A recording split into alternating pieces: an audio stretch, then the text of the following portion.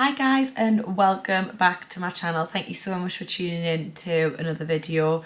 As you've probably seen by the title, today I want to talk about common fat loss mistakes that I see in people to help you avoid them if your goal is weight loss. And even if it isn't your current goal, it might be in the future. So definitely worth listening to. Before I get into it, I would love it if you'd like this video and subscribe to my channel if you haven't already. It would really support us. Of all the coaching inquiries that I get, fat loss is the biggest percentage of people that I get. So fat loss clients or people that want to lose weight. When I say weight, I mean fat loss. So I'll say fat loss, I mean weight loss, just for reference. I do think that it is a bit of a minefield as there's so much information out there and it can be really confusing. So these are 6 things that I see commonly that I would definitely say to avoid. So not tracking all of your calories that bring you out of a deficit. In order to lose fat, you need to be in a calorie deficit. So you need to be not having as big of an intake as your output. So it's obviously energy in versus energy out. So you want to be in a slight deficit. I wouldn't say to have too big of a deficit, but a lot of people forget about things like liquid calories and little snacks here and there. Not entering them in the likes of MyFitnessPal doesn't mean that it didn't happen. Now, I know a lot of people don't like to track, but I would say in order to know how much you're putting into your body, tracking is the best way to do that, to know exactly what you're putting in. It's changing your mindset around tracking. It doesn't have to be obsessive, it's just a tool, and it's not something that you have to do forever and ever. But if you've got a specific goal in mind and you want to get to a certain look or weight or whatever that is to you, I would definitely recommend tracking pretty much everything. A lot of people don't say to track certain vegetables, but I've known from past experience with clients that sometimes this can be confusing because obviously some vegetables can be higher in calories, and then clients get confused as to which vegetables they should be tracking, etc.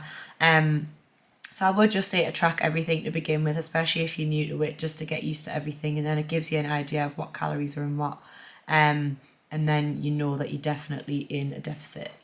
Another common mistake, which I just briefly mentioned there, is to not go into too big of a deficit. A lot of people drop their calories far too quickly, go mega low, and then, there's nowhere else to go from there. And it's very hard to sustain that long term. Also, the aim is to not lose any muscle. You want to be losing fat, and if you drop your calories too low, that will start to eat into your muscle mass. And the more lean muscle you have, the more calories you burn at rest. So definitely do not want to lose muscle. Also, if your aim is to be toned, you want to retain as much muscle as possible, because then when you do lose body fat, that is how you achieve a toned look from muscle and then stripping away the fat. Another common mistake that I see alongside a big calorie drop is doing an insane amount of cardio straight away. Cardio is not essential for fat loss. It is, again, a tool. You're best off sticking to your normal weightlifting routine and then adding in cardio as time goes on. What I do 90% of the time with my clients, obviously I work on a case-by-case basis, but I'll manipulate nutrition first before I look to add in any extra cardio. You don't want to use up all of your tools all at once. If you drop your calories and then add in loads of cardio, you're going to get metabolic adaptations eventually, and your body will stop responding.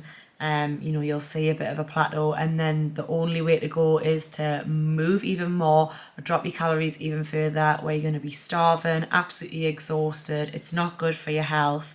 And again, it's not sustainable over a long period of time. And I mentioned there before, something that I see commonly is that people only do cardio and just skip weightlifting altogether.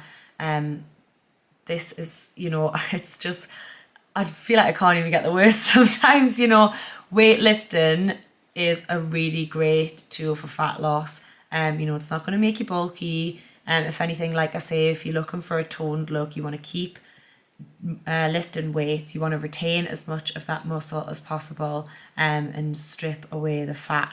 So continuing with your typical weightlifting routine is definitely advised, and then just adding in some cardio around that as time goes on. Continuing with your weightlifting routine, as I say, helps to retain the muscle. That helps to create curves, and probably, I mean, for me anyway, it's definitely give me a more feminine frame. And when I used to do a lot more cardio, I was very much straight up and down, didn't really have any glutes, don't have any boobs anyway. So it's really helped me to build my lower body and bring in my waist. So something else that I say is that people are dieting for too long of a period at a time without a break. As I said before, your body will metabolically adapt if you keep it on the same calories and the same movement level and everything over a long period of time, and then you'll plateau. So something that you can do to avoid this is to have diet breaks. So essentially when you are in a calorie deficit and you're dieting, you are starving your body in order to lose fat. So doing that over a long period of time isn't very good, and it's also very tough mentally. So having diet breaks, regular sort of intervals, whatever that looks like to you. Some people do them every 4 weeks, 6 weeks, 8 weeks. Again, it's something I do with clients on a case by case basis. It's something I do myself, and it can really help with adherence and help you to stick to your deficit. Having a diet break, just coming up to maintenance, allows your body to refuel and replenish your cells, and helps your CNS.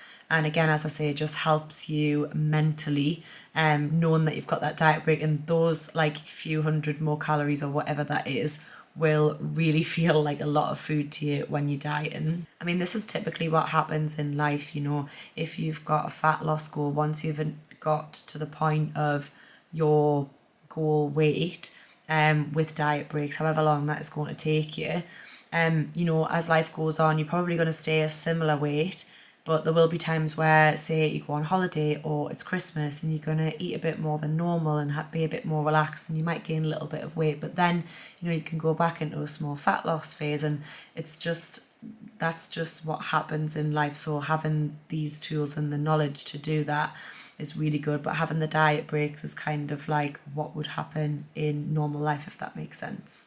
And the biggest thing that I find, the biggest mistake that I see with people is definitely being too scale focused, focusing on that number on the scales, and when it's not moving down, being so stressed. I did a post on this on Instagram just last week, and the scales really don't just show fat.